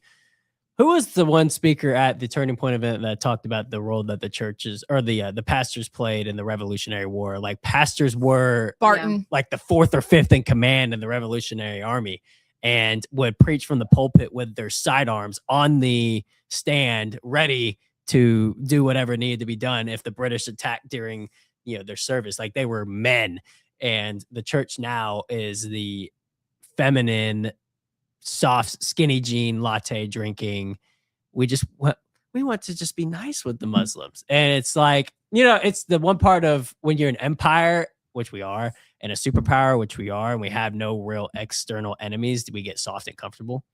And we don't realize the threat at hand. And our adversaries are smart to realize that. So they subtly come in, subtly grow. It turns into, well, we just want to have a school in Meadowbrook to we're now marching with the call to prayer in Houston. And you kind of blink and you're like, what just happened? And it's almost like you're lulled to sleep. But it's because of the soft and squishy Christianity and the mega church. And I'm not against mega churches in general, but you know what I mean? They're not preaching the gospel in terms of conserving America. And because there's the preaching the gospel aspect to it, but there's also the doing the church's part to Christianize the world and America. And again, I won't meddle, but it ties back to eschatology and the eschatological view of everything just has to get worse before it gets better. So what's even the point? But that's the we can only blame ourselves as the church and Christians because we obviously haven't done our job enough. So I think over time, in the end, we win, but that's the only way to win is with Christ and over time. But it does you can get blackpilled. You feel like you're outnumbered. But we have Christ on our side, so we just have to keep. There's always hope. Chipping away. There's always hope. Do we really think the Lord's going to come back to a decimated church, or do you think a built-up church? Because the way you think about that changes everything.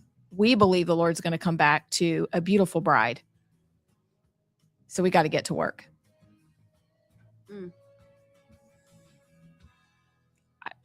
We'll be back. Oh, it's those evil Democrats. But here I am in Alabama, and you guys are like super red. And yet your legislature is trying to pass laws to make it even harder to audit your elections. What's going on here? And you would think that in the reddest legislatures or reddest states, they would want to fix their elections. But you have a bill right now before your legislature trying to make it even harder for people to have access to your voter rolls, and you're already the second least transparent state in the country in terms of your elections. So it's like that's an eye-opener to people. Everybody wants to think that, oh, sure, certainly our legislature, this is a red state, so certainly they'll want to fix it. And no, it doesn't work that way. That's a big mind change for people to recognize that. Are you speaking about the bill to reduce fees? Yes. Okay, how does that make it more difficult? So the bill was, as it was originally proposed, was going to take information out. So they were saying, we're going to make it cheaper, but we're going to give you, it took out the critical information. And you're already not giving the, for example, I've been working with your teams here. I just came from Mobile and I came from Ottawa, and they're complaining, Dr. Frank, this is really hard. And it is, because in other states, they give you tons more information than you get here. And you have to pay for it. And it's limited already, and they wanted to limit it even more.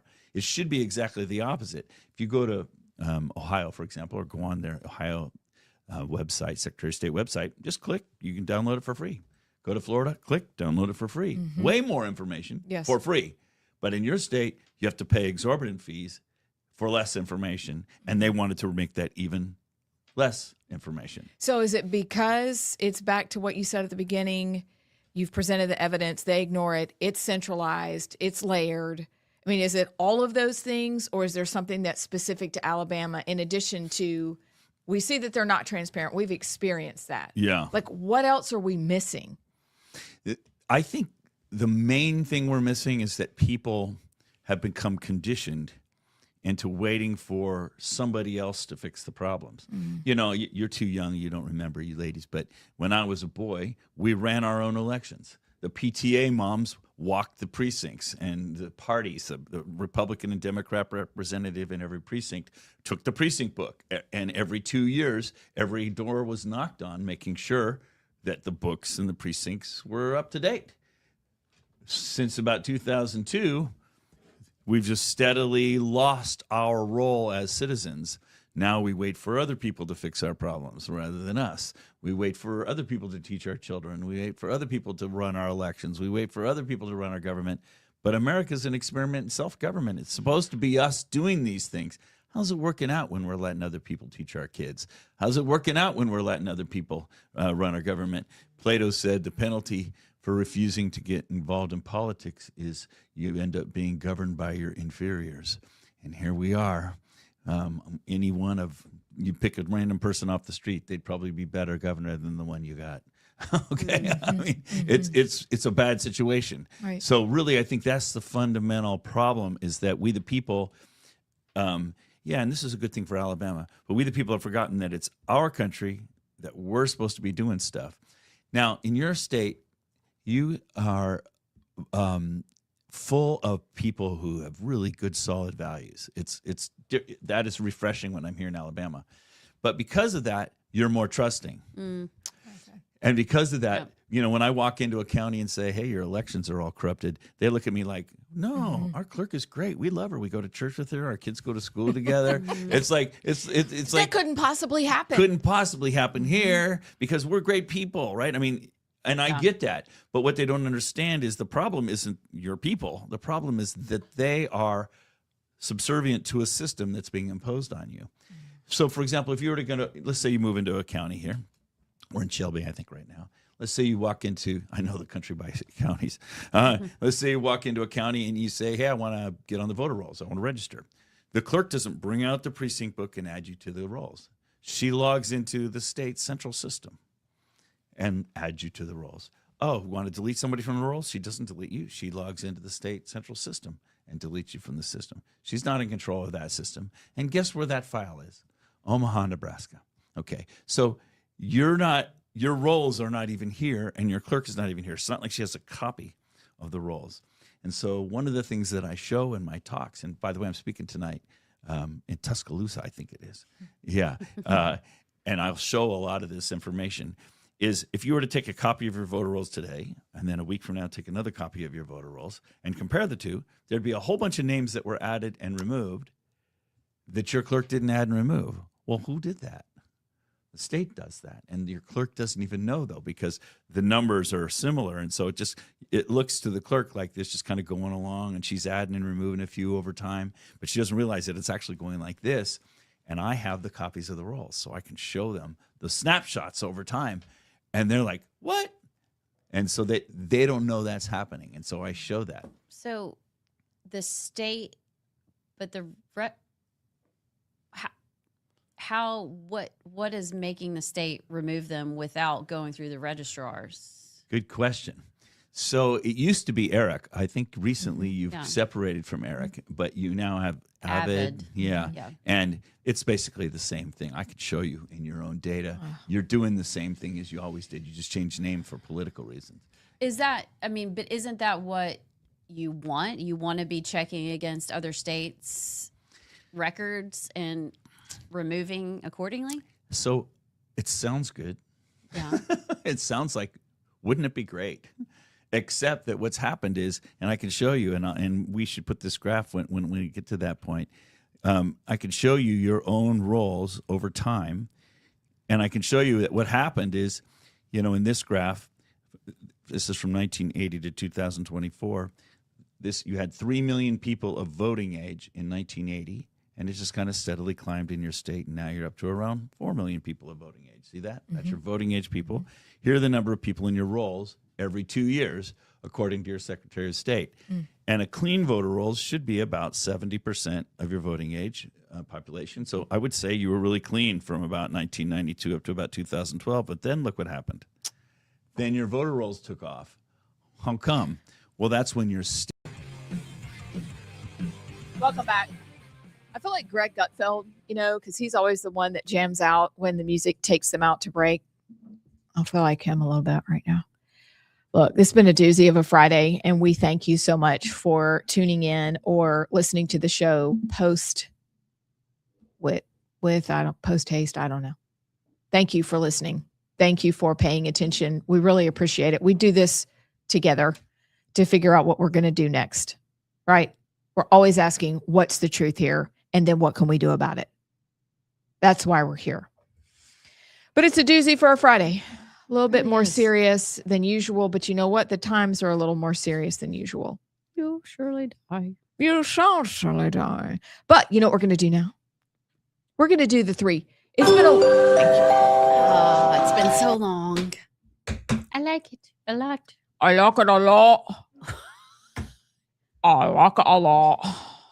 Thanks, JP, for always having the music, because I was like, I wonder if JP's going to play the music. Of course. I've forgotten about the music. All right, look, I got to put my glasses back on. My eye. Do you ever have those days where your eyes are just like, listen, lady, just close your eyes? But I can't. Okay. I got a lot to do today. They're closed. So I'm very excited to tell you this is from Craig Monger. And then I also saw our buddy Scott Buttram, talking about Birmingham's Amy Aiken. And she spells her name A-M-M-I-E. Just for the record, I'm A-M-I-E. But she launches a congressional campaign challenge to Democrat incumbent Terry Sewell. She's an educator and entrepreneur. She is doctor. A doctor of what? Smarts. Dr. Amy Aiken recently launched her campaign in the August 11th special election, and she's challenging Alabama's Congressional District 7. Blah, blah, blah, blah, blah, blah, blah, blah. The people let me tell you about her, because she basically says, I'm running as an outsider. People deserve a voice that listens and stands up for them. And she spent her district in her career working in the district. I'm very excited about this. She is a career educator and entrepreneur from Birmingham. She is the co-founder of Hub in the Hills, which boasts itself as a shared home for nonprofits. She also serves as a board chair of Unless You, which is a nonprofit supporting adults with disabilities. And if you know anything about Unless You, it is a wonderful organization. She's married to Will, and they have 3 kids. So she has released policy priorities, putting Alabama first by prioritizing families. I'll let you go look at her website for the rest of these. Fighting wasteful Washington spending, cutting red tape, strengthening rural health care, which is a very real deal, growing rural Alabama by supporting agriculture. And that's also a real deal based on her district and others. So this is very exciting that a very well-qualified candidate is going to run against Terry Sewell. And so like Scott Buttram says, let's show her some love and support on the trail. When's that special election? August 11th. It's 2 days before my birthday. August 11th. Amy with 11, 2 1s, Amy 2 M's.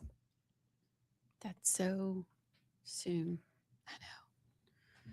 So if you are Amy's campaign manager, consultants, what is your strategy?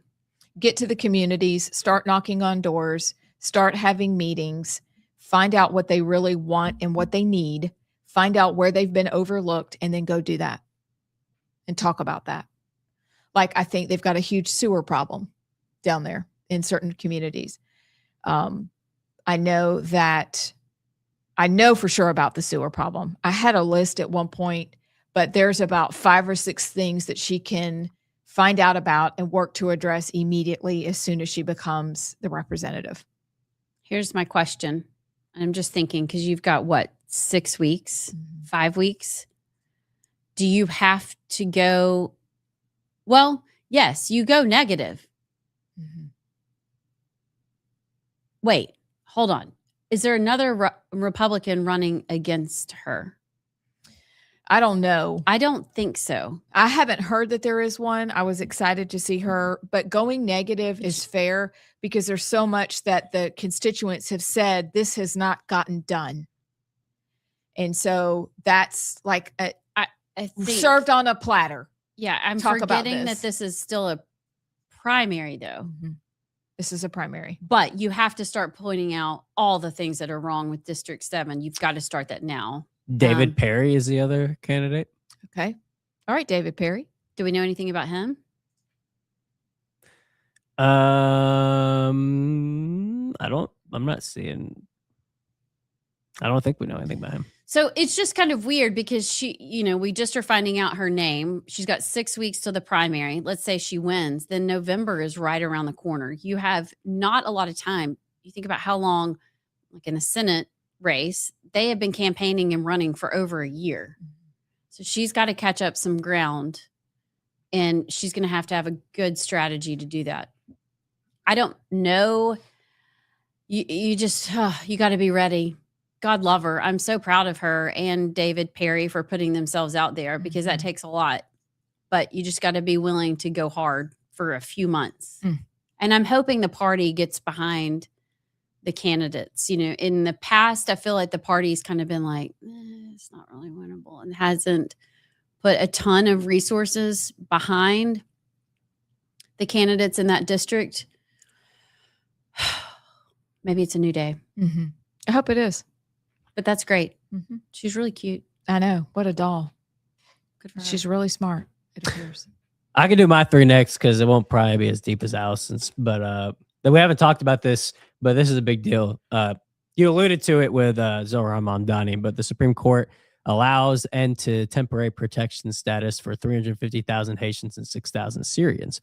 The decisions in Mullen versus Doe, Trump versus Myatt, and Mullen versus Al Otrolado cleared the way to end temporary protected status for Haitians and Syrians, while upholding a policy to limit asylum processing at the border to those who have physically entered the U.S. Justice Alito's majority opinions held that courts cannot review most temporary protection status termination challenges and rejected equal protection claims of racial bias.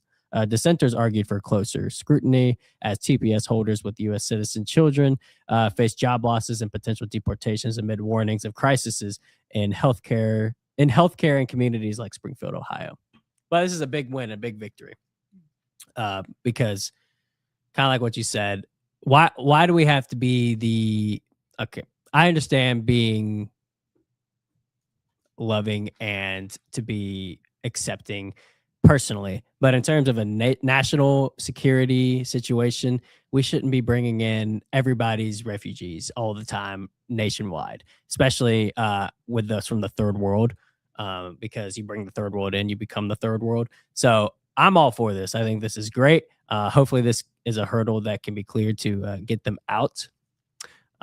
But like you mentioned, those like Zoran and others, blue city mayors and blue state governors are going to buck and fight as much as they can to keep them here. But big ruling from SCOTUS. We'll see what happens from it. I just SMH today. shaking my head. Okay.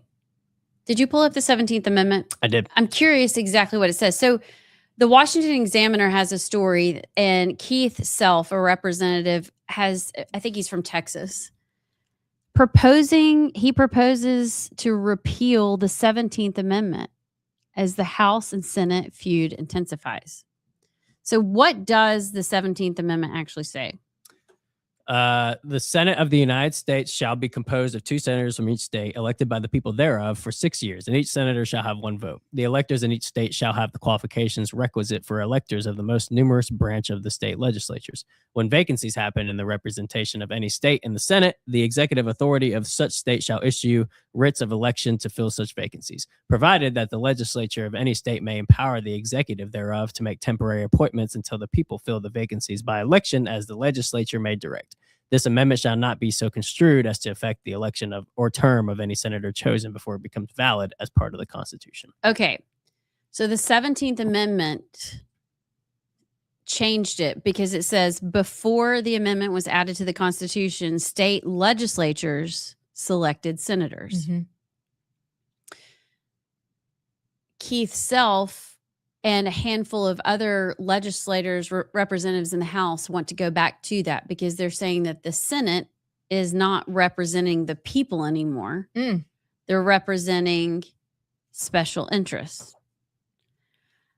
It says the current system has given us 6-year politicians more focused on national ambitions and the institution of the United States Senate than on the states they serve.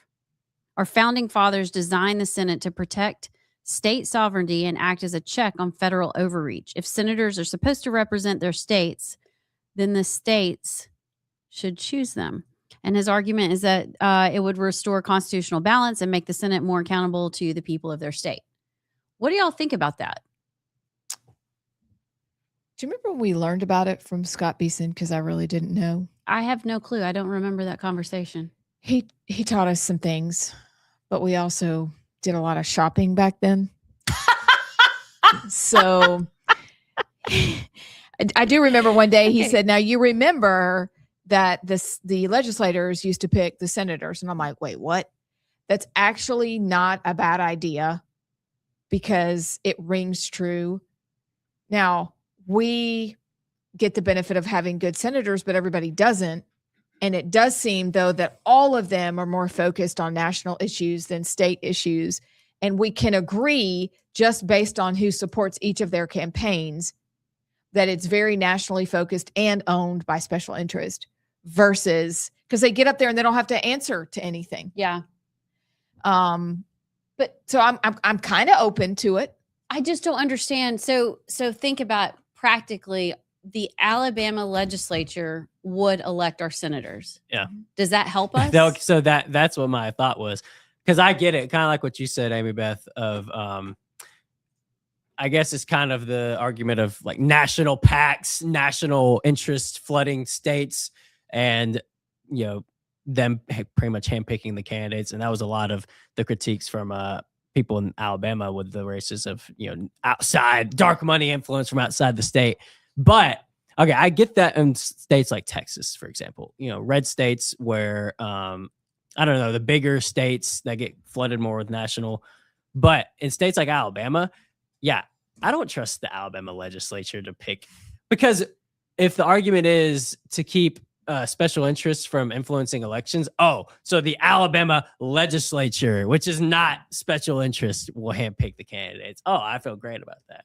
No, I don't. I think for some states it could help, but for the majority of states like Alabama and others, I trust the people to pick much more than the legislature. Yeah, I don't think I really have a good opinion, a knowledgeable opinion either way. I think I see pitfalls with both, but it's wild to me that we're at this point. I mean, did you ever think, I don't even really think about that we can repeal amendments anymore. Yeah. Do you know what I'm saying? Mhm. That we can change those things. But I generally will say you want the people to have the most direct line to who they elect. Now, technically the state legislature is still elected and we elect them, but you're removing that direct line. But I will say, and I guess they would argue, the House members would argue that they're different because they're accountable to the people every 2 years versus every 6 years. Is that maybe it? Mhm. Because you do get up there and you've got 6 years, and for maybe 4.5, you can kick back and just do whatever you want. Basically, if you're in the House, you're running as soon as you get back up there. Yep. Yeah. Maybe it's a time thing. Yeah. It's And- an interesting. It's Yeah. an interesting thought. I think I know why Keith Self is doing it, because he's from Texas, and I think they may be worried about Tallarico. Oh, it's a good point. And a Texas legislature, which is red, would appoint Republicans every time. Also, a good point. Okay, this is He's saying it though because, well, this article makes it sound like it's because of what's happening between the House and the Senate right now. They're beefing bigly. yeah. Yeah. But I don't know. Just throwing that out there. I have a feeling it'll be a discussion in the weeks to come. That's an interesting fix. Yeah. Yeah, it is. Yeah, it is. I don't want it in our state, though. Bruh. All right, JP. Clown World. It do be time for Clown World. We saw today the Supreme Court make a decision that is putting so many people's lives in jeopardy. If you are worried about what this means for your status, if you're worried about what this means for your family, I would encourage you to call our Mayor's Office of Immigrant Affairs hotline, and you can do so. And so we stand here as New Yorkers proud of standing in solidarity and proud to do everything that we can to keep people in their homes and to keep people together. Can you say that again? Just the way you said it. Just the same way.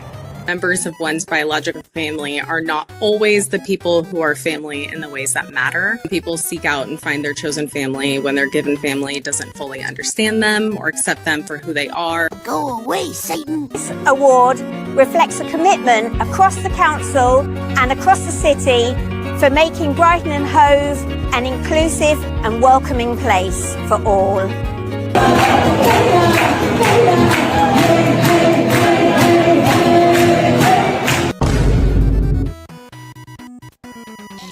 Oh, brother, this guy stinks! Most pressing that keep me up at night are the thoughts that my daughters are going to have way less rights than I had, both to their reproductive freedoms and their body, to their ability to marry who they want to marry, or maybe even vote. Who knows? Hey, pal, you just blowing from Stupid Town? Oh, she is doing good today, honey. Team LG, we're sweethearts. Everybody's proud of you.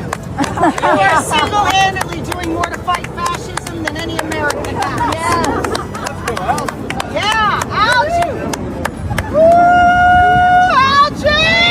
Algie! Stop it. Get some help. So we played that clip, but Allison wasn't here. I want to get Allison's reaction to it. That's even better. Just like some people in our state, I want to be like, that's what you're choosing to spend your time on. That's what you're choosing to spend your resources on. Algie. These people are insane. Also, didn't they sing a song about Algie? Yeah. Yeah, they sang a song, but did you see the shirt she had on? We made our day 5. The pilgrims. Yes, you're right. Yes, look. Oh, she just cut that. I was like, what is her green? What is the thing? Oh, is it a tutu? It's like, looks like a Oh, tutu. she's supposed to be Algie. Mhm. You know what she really She's is? green like algae. One of our kids wrote on their T-shirt for one of the days, "Silent Wind." That was on their a shirt like that. That was their Indian name. We had to change it. And look at the flag. Okay. That's with them. Yeah, and I mean, look at her shoes. You're automatically disqualified. No, when- absolutely, it's a hard pass. But I saw that and I wondered if you would see all the times we made those for our kids in kindergarten. And you had to dye them in tea or Oh something. gosh, I was such a bad Make craft them mom. kind of ugly brown. Ugh. Anyway, Man. Okay, so they've got the flag. The Mondani, Mom Donnie. Just say so, Ron. The Zoran. But every time I say that, I think of the Zoltar. yeah. Big. Oh yeah, and big. Yeah, that gives a ticket. Let's just call him Zoltar. I'm going to give him a ticket because he puts out that video, and what do you put right behind you? It has to be in everything. The pride flag.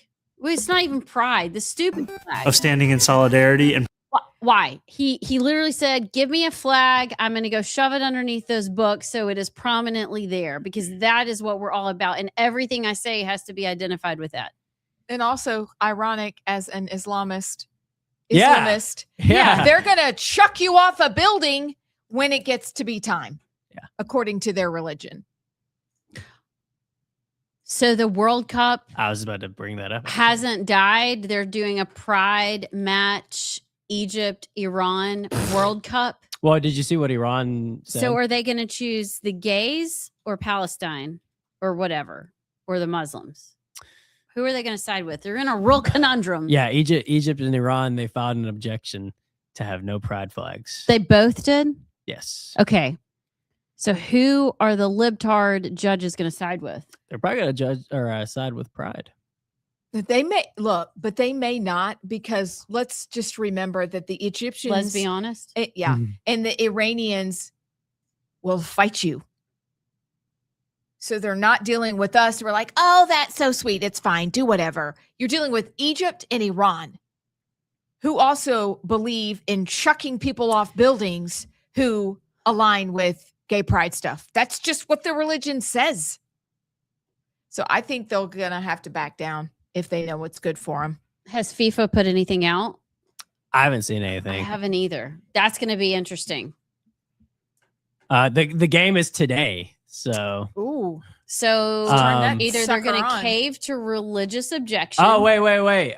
20 hours ago, ESPN, FIFA won't prohibit rainbow flags at Egypt-Iran match. Oh, I am intrigued. So are they going to play? FIFA on Thursday reiterated fans will not be prohibited from bringing rainbow flags inside of the stadium. But leaders in each nation's football federations publicly rebuked the idea, saying such events clash with their cultural religious values. Let's see. Trying to find if Are they going to make the teams wear flags like they do ours? I don't know what's going to happen. It would be interesting to see what Egypt and Iran do about that. What time are they supposed to play? 10 o'clock. Tonight? Tonight, yeah. That is 8 o'clock Seattle time. So I will let you know that Christopher Paul will be awake watching that game. Why? To see if any scimitars come out? Yeah. Is that what they're called? He Do they likes, use scimitars? he likes soccer for like 10 minutes. He really follows America, but it surprises me that it's a man thing. They know so stuff he's about actually soccer. watching the soccer. He's watching the soccer. It's not the... I'm watching to see if scimitars come out. Is that what they use? Yeah. Swords and scimitars. Scimitars. Hey, Raymond Ibrahim. I know that's the name of your book. The Sword and the Scimitar. Oh, okay. So that is called. But it is that is they have the I will cut you flag and knife. That's what they got. You had a clip about, and this is funny. I've bookmarked. This is a plunge or something. I don't plunge, but I can do something. I think this whole family estrangement thing is a discussion we need to have. And I think that's what it was. Does it go back to the LGBTQ movement? When you're not accepted, you should just cut off your family? Yeah, your given family isn't very understanding of you being gay, so you can just go to your chosen family. Okay. That will groom you. That is a really good discussion because I hear it. Well, I mean, okay, me and my dad, who is a raging liberal. When I say raging, he lives in California liberal. And it has been a real struggle. Not on my side. I'm like, go be stupid. I still love you. he has a really hard time with me. And so it's not just with, younger generation. I mean, it's happening all around. So I think that's a good discussion. But we've been heavy enough for today. Would you rather have a personal maid or a personal chef? Maid. Chef. You said maid. I want a chef. I like to cook. That's true. That's true. I don't. I need Wait. See, cooking, the worst part is doing dishes. So if you had a yeah. maid, they would do the dishes. I'm going maid. Okay, I'm going chef still. Somebody's already asked. Would you rather lounge by the pool or on the beach? Pool. Beach. I'll go pool. I do like the beach. How about I a like pool to be in on my the place. Oh, that's cool. I'm such a dork, though. I was like, well, if you lay in the sand and you have bare feet, you can do some grounding while you're by the beach. Yeah. You know, I went over there earlier whenever we were messing with cords. I found your grounding mat. And I was like, I forgot she even bought that. And I don't even know if she's used it once. I know. I need to use it. It's good for you. Y'all have a great weekend. We'll be back on Monday. Then we're partying the rest of the week. But we'll be here, but it'll be a party. And y'all have a great weekend. Y'all behave. You too. We'll do our Okay, best. keep it together. Well, And what you are you too. doing? I'm just cleaning out closets all weekend. Okay. Y'all keep it together. Stay on the right side. We'll see you Monday.